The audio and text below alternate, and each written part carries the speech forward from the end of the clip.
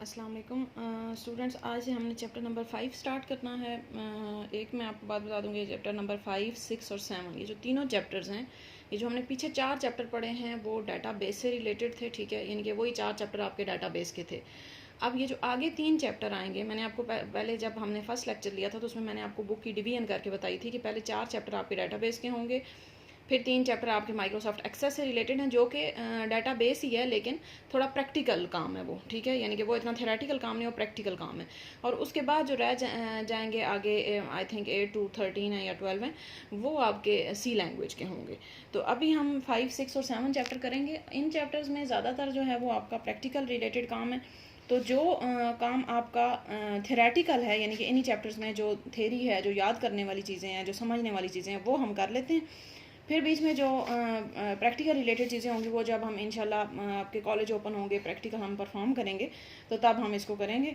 या अगर यहाँ पे भी हम जो है वो इसको वीडियो के तौर पे भी कर सकते हैं, लेकिन फ़िलहाल पहले हम इसकी जो थेरी है उसको कवर करेंगे, ठीक है। अच्छा, चैप्टर नंबर 5 है इंट्रोडक्शन टू माइक्रोसॉफ्ट एक्सेस।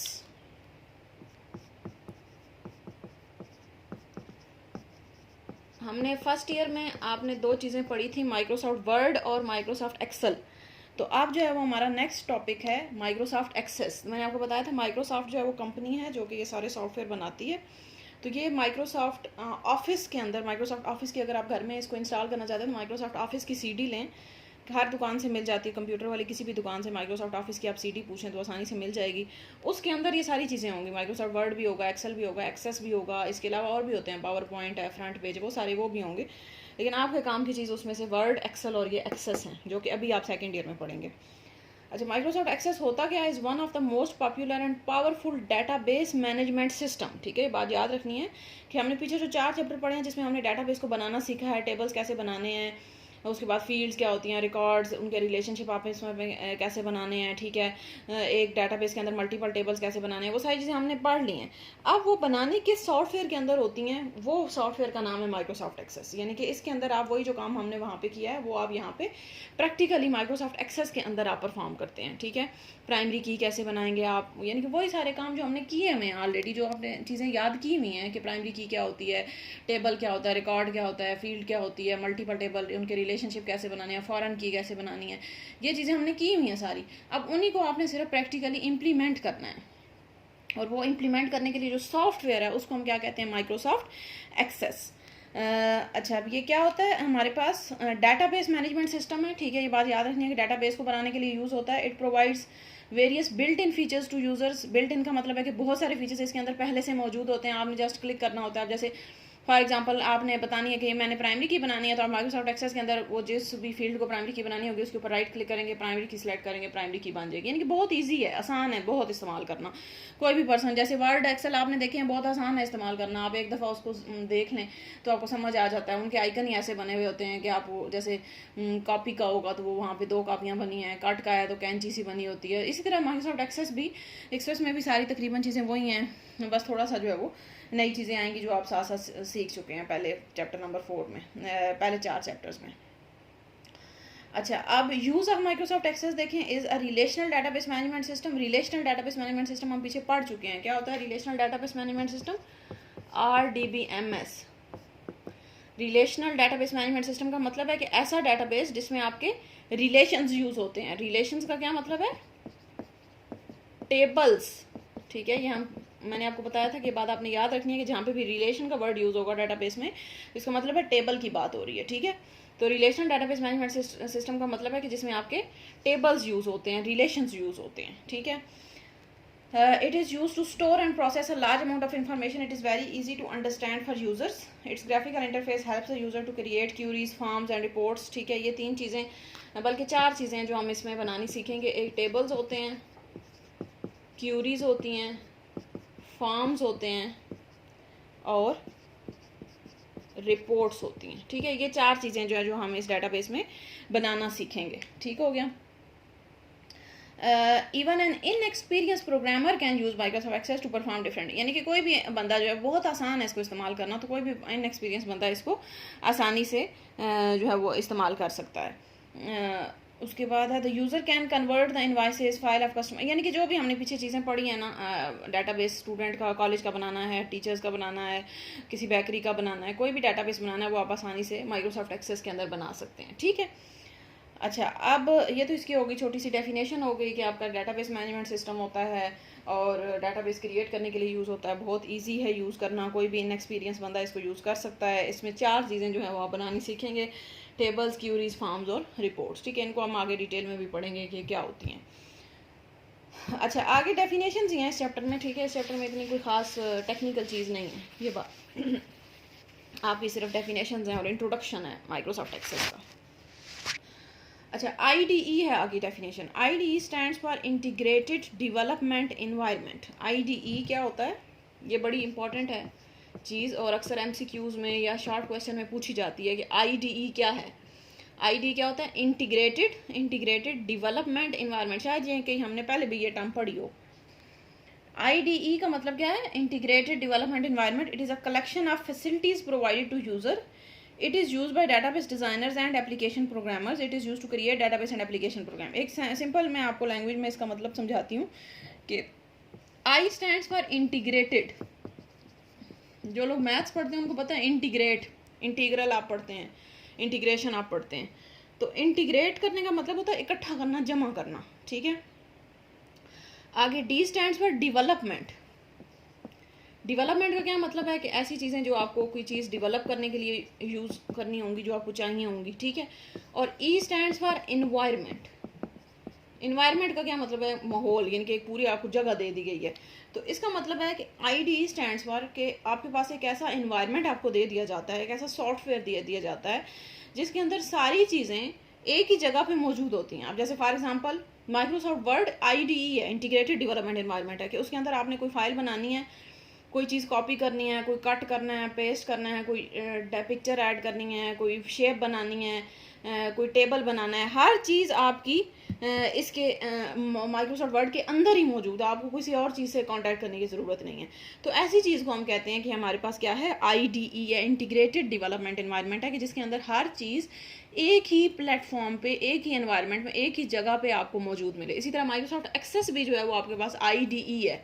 आगे आप C लैंग्वेज पढ़ेंगे वो भी IDE है। ठीक है, तो यानी कि आजकल जितने भी सॉफ्टवेयर आ रहे हैं वो सब IDE होते हैं, यानी कि इंटीग्रेटेड डेवलपमेंट एनवायरनमेंट आपको प्रोवाइड करते हैं। उसका मतलब क्या है कि सारी चीज़ें वो एक ही जगह पे होती हैं। लिखा हुआ ना, it is a collection of facilities provided to user, यानी कि जो वो फैसिलिटीज़ प्रोवाइड करते हैं वो सारी एक ही जगह पे मौजूद होंगी ताकि आप आसानी से उसको इस्तेमाल कर सकें। ठीक है, IDE uses a graphical interface. पीछे हमने पढ़े थे ग्राफिकल यूज़र इंटरफेस और command line interface, first year में हमने बड़ी अच्छे तरीके से पढ़े थे। तो ग्राफिकल यूज़र इंटरफेस इसमें यूज़ होता है, जैसे माइक्रोसॉफ्ट वर्ड और एक्सेल है वो भी ग्राफिकल यूज़र इंटरफेस यूज़ करते हैं। ऐसे ही है ना, क्लिक करते हैं आप, कोई चीज़ें कमांड्स तो आप टाइप नहीं करते ना, कोई चीज़ खोलनी है या कोई कट करना है या कॉपी करना है, आप सिर्फ क्लिक करते हैं। तो इसी तरह माइक्रोसॉफ्ट एक्सेस भी जो है वो हमारे पास ग्राफिकल यूज़र इंटरफेस है। User do not create database applications manually, यानी कि आपको कोई कमांड्स लिखने की ज़रूरत नहीं पड़ती। They use graphical interface of IDE to enter specifications of required applications. The IDE automatically builds the application. ठीक है, यानी कि बस सिंपल आप एक दो लाइनें इसमें से कर लें कि सिंपल आप IDE होता क्या है कि एक इंटीग्रेटेड डेवलपमेंट एनवायरनमेंट है जिसमें सारी फैसिलिटीज़ आपको एक ही जगह पे प्रोवाइड की जाती हैं और उसका फिर फ़ायदा ये नीचे जो एडवांटेजेस दिए हुए हैं कि ईजी टू यूज़ है, ज़ाहिर है जब एक जगह पे होगा तो आसानी से आप कर सकते हैं। Simplifies the creation of database. It does not require detailed knowledge of database. ठीक है, कि आपको कोई ये नहीं है कि आपको पूरा कोई टेक्निकल नॉलेज लेने की ज़रूरत है, आप एक ही दफ़ा उसको देखेंगे आपको समझ आ जाएगी कि कैसे बनाना है। It provides predefined facilities to search, sort, retrieve and process data in database, and it provides facilities to create an attractive user interface with menus, buttons and text boxes। ठीक है, वही जो ग्राफिकल यूज़र इंटरफेस के सारे फ़ायदे थे वही हमारे पास IDE के भी फ़ायदे हैं। ठीक हो गया, तो डिसएडवांटेजेस इसके देख लें। IDE graphic user interface, it requires more memory and processing power. जैसे हमने पीछे पढ़ा था ना GUI ग्राफिकल यूज़र इंटरफेस के भी डिसएडवांटेज थे कि वो जो कि वो कमांड लाइन इंटरफेस हमने पढ़ा था कि वो मशीन के क्लोजर होता है, कंप्यूटर के क्लोजर होता है, तो उसको किसी भी कमांड को कन्वर्ट करने की ज़रूरत नहीं पड़ती। इसी तरह जो ग्राफिकल यूज़र इंटरफेस के जो मैंने फ़ायदे और नुकसान हमने वहाँ पे पढ़े थे वही यहाँ पे IDE के फ़ायदे और नुकसान भी हैं कि इसकी भी मेमोरी और प्रोसेसिंग ज़्यादा चाहिए होती है और and some IDs do not allow user to interact with the database directly. कुछ IDs जो है वो आपको डायरेक्टली अलाउ नहीं करती कनेक्ट करना, दरमियान में आपको कोई सॉफ्टवेयर लगाना पड़ता है या इस तरह की कोई चीज़ लगानी पड़ती है। ठीक है, तो ये हमारे पास ID की डेफिनेशन है। इंपॉर्टेंट क्वेश्चन और शॉर्ट क्वेश्चन में जो है वो पूछा जाता है, या इसकी जो एब्रीविएशन है ये भी अक्सर MCQs में पूछी जाती है कि ID स्टैंड्स फॉर, तो ये आपको पता होनी चाहिए। ठीक है, अच्छा नेक्स्ट है briefly describe the advantages of using MS Access। MS Access के एडवांटेजेस हैं और ये बड़ा इंपॉर्टेंट टॉपिक है।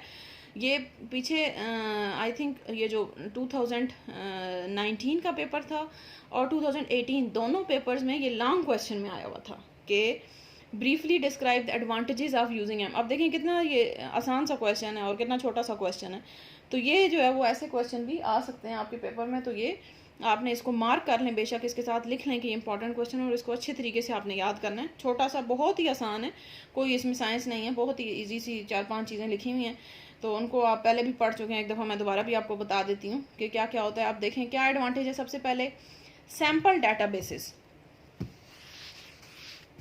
साथ साथ लिख लेते हैं ताकि जिनके पास बुक्स नहीं है उनको पता चल जाए। Advantages of MS Access। ठीक है, पहला है सैम्पल डाटाबेसेस। सैम्पल किसको कहते हैं? Sample databases. ये सैम्पल होता है कि किसी चीज़ का आपको, फॉर एग्जांपल आपने कोई आप कोई नया काम करने जा रहे हैं, टीवी आपने कोई नया लिया है, ठीक है, तो आप वो क्या करेंगे कि आपको वहाँ पे उसका एक सैंपल चेक करवा देंगे, या वो बताएंगे कि ये देखें ये आपका जो टीवी है वो इस तरह से काम करेगा। या कोई नई चीज़, आपने कोई भी नई चीज़ है, मोबाइल नया है, तो उसको वहाँ जब आप दुकान पे लेने जाएंगे तो वहाँ पे उसका एक उसी का एक उन्होंने सैंपल रखा हुआ होगा जो कि हर यूज़र को वो चेक करवाते हैं, जो बंदा आता है उसको चेक करवाते हैं, उसको सैंपल कहते हैं। कि आपको चेक करने के लिए, समझने के लिए आपको जो है वो छोटी छोटी चीज़ें दे दी जाती हैं उसी लिहाज से। नहीं, बिल्कुल वही नई चीज़ नहीं होती, नहीं तो आप खुद ही लेंगे ना, लेकिन जो उसको समझने के लिए जो चीज़ें होती हैं उनको सैंपल कहते हैं। ठीक है, अच्छा, अब सैम्पल डाटाबेसेस क्या होते हैं? इंक्लूड सैम्पल डाटाबेस, इसके अंदर माइक्रोसॉफ्ट एक्सेस के अंदर जो है हमारे पास सैम्पल डाटाबेसेस मौजूद होते हैं। ठीक है, these applications help the users to learn about the real world table form. यानी कि आप क्या करते हैं, उनको इस्तेमाल, आप उसके अंदर माइक्रोसॉफ्ट एक्सेस आप ओपन करेंगे तो वहाँ पे पहले से कुछ 4-5 डाटाबेसेस पहले से बने हुए पड़े हुए होते हैं। यानी कि कोई भी, जैसे फॉर एग्जांपल कोई अमेरिका की कोई कंपनी है, उसका कोई डाटाबेस उन्होंने बना के बीच में रख दिया, या कोई भी ऐसी कंपनीज है उनका बना के रख दिया डाटाबेस। अब उसका फ़ायदा क्या होगा कि आपको कोई चीज़ समझ नहीं आ रही कि टेबल कैसे बनाना है, फॉर्म कैसे, आप उस सैम्पल डाटाबेस को खोलेंगे और उसमें जो है वो पूरे लिखा हुआ होगा कि ये टेबल है, ये कैसे बनाया है, फॉर्म, उनके बीच में रिलेशनशिप कैसे बनाया है, प्राइमरी की कैसे बनाई, यानी कि पूरी वहाँ पे डिटेल गाइड आपकी एक तरीके से मौजूद होती है। तो ये एक MS Access का सबसे बड़ा फ़ायदा है कि आपके पास इसके अंदर सैम्पल डाटाबेसेस जो है मौजूद होते हैं, आप उनको देख के अपने डाटाबेस क्रिएट कर सकते हैं आसानी से। नेक्स्ट नंबर 2 है विजर्ड। विजर्ड क्या होता है? MS Access provides many wizards to create database easily. The user can choose the desired example from the sample examples of the database using the wizard। wizard होता है कि आपको एक पूरा तरीकाकार प्रोवाइड कर देगा, कि मेथड दे दिया गया है।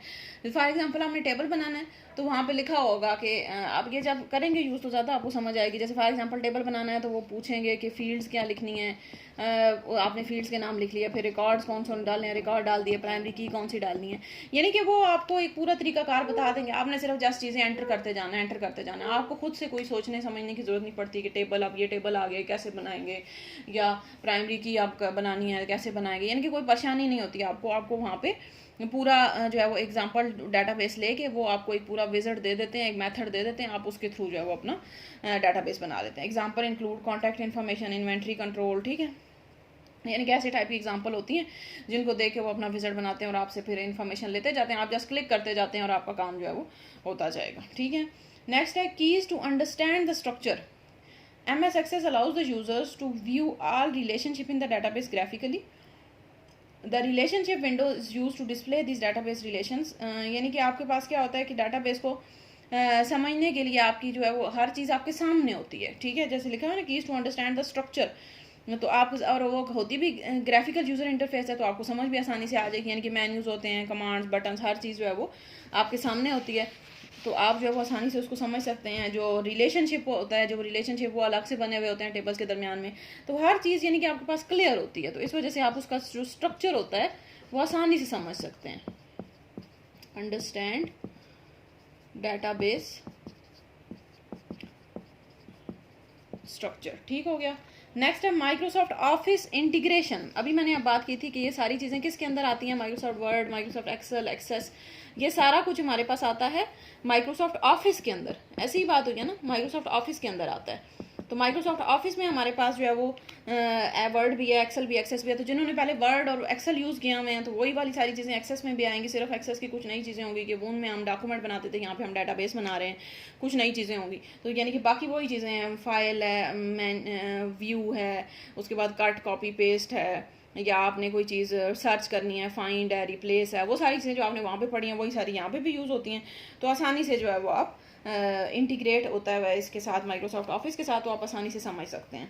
जिन्होंने वर्ड एक्सेल यूज़ किया होता है वो एक्सेस आसानी से कर सकते हैं। नेक्स्ट है ईजियर प्रोग्रामिंग।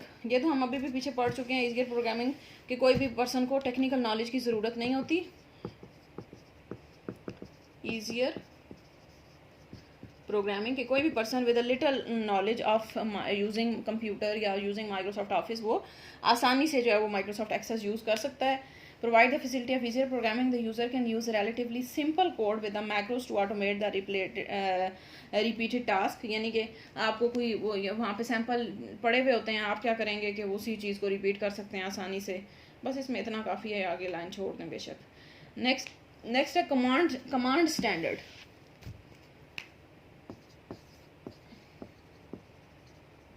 कमांड स्टैंडर्ड ये क्या होता है?